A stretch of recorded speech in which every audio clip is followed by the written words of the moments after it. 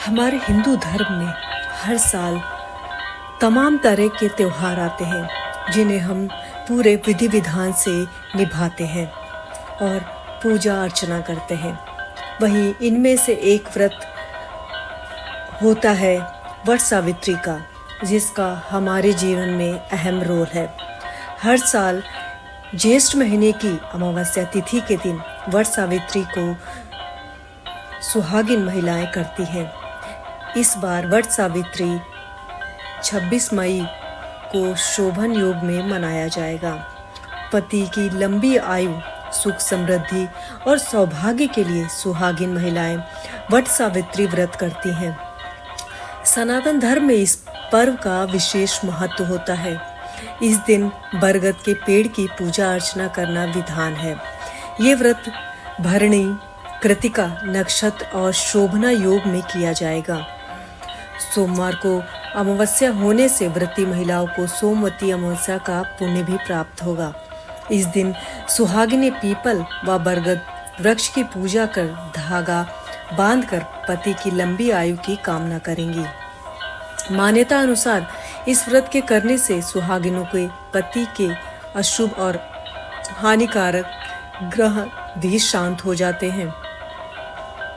वैदिक पंचांग के अनुसार ज्येष्ठ माह की अमावस्या तिथि 26 मई को 12:11 से शुरू होगी और अगले दिन यानी 27 मई को सुबह 8:31 तक तिथि का समापन होगा। ऐसे में 26 मई को वट सावित्री व्रत किया जाएगा। इसी दिन सोमवती अमावस्या मनाई जाएगी। इस पर्व के आने का सुहागिन महिलाएं बेसब्री से इंतजार करती हैं। इस दिन सुहागिन महिलाएं पति की लंबी आयु के लिए बरगद के पेड़ की पूजा अर्चना करती हैं। धार्मिक मान्यता के अनुसार बरगद के पेड़ में ब्रह्मा, विष्णु, महेश का वास होता है। इस व्रत को करने से वैवाहिक जीवन में सुख और शांति का आगमन होता है।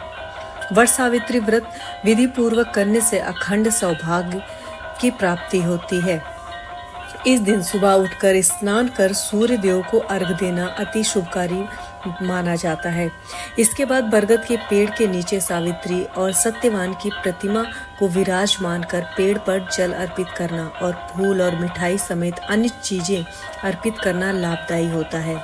इसके बाद दीपक जलाकर व्रती आरती करें, रोली बांधते हुए पेड़ की सच्चे मन से परिक्रमा करें, वट सावित्री व्रत की कथा का पाठ करें। इसके बाद वैवाहिक जीवन में सुख और शांति की प्राप्ति के लिए कामना करें। इस व्रत में अन्न और जल का त्याग किया जाना पुण्यदायी होता है। ज्येष्ठ महीना 11 जून तक रहेगा। ज्येष्ठ महीने में जल दान के अलावा छाता, चप्पल, अन्न दान भी किए जाना हर व्यक्ति के ग्रह गोचर पर सकारात्मक प्रभाव डालता है। दुष्ट ग्रह शांत होते हैं।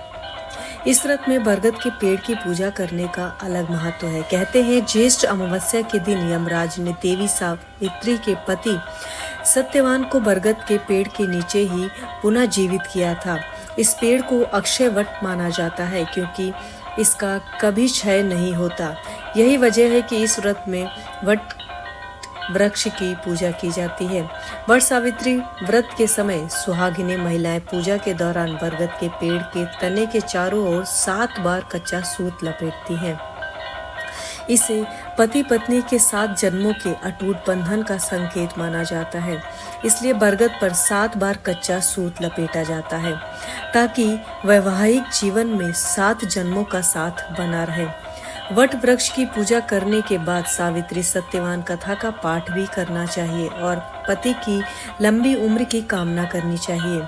इस प्रकार वट सावित्री के दिन पूजा करने से महिलाओं को सौभाग्य प्राप्त होता है।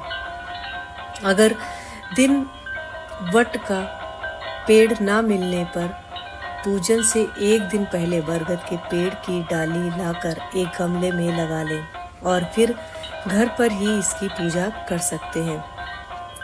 बरगद के पेड़ की जड़ में ब्रह्मा, तने में विष्णु और डालियों पर भगवान शिव निवास करते हैं। इसकी शाखाओं को मां सावित्री का प्रतीक माना जाता है। इसकी पूजा से त्रिदेव का आशीर्वाद मिलता है। ज्येष्ठ अमावस्या और सौभाग्यदायक सोमवती अमावस्या का भी संयोग बनेगा। ऐसे में इस दिन वट सावित्री का व्रत संयोग स्त्रियों के लिए लाभदायक है।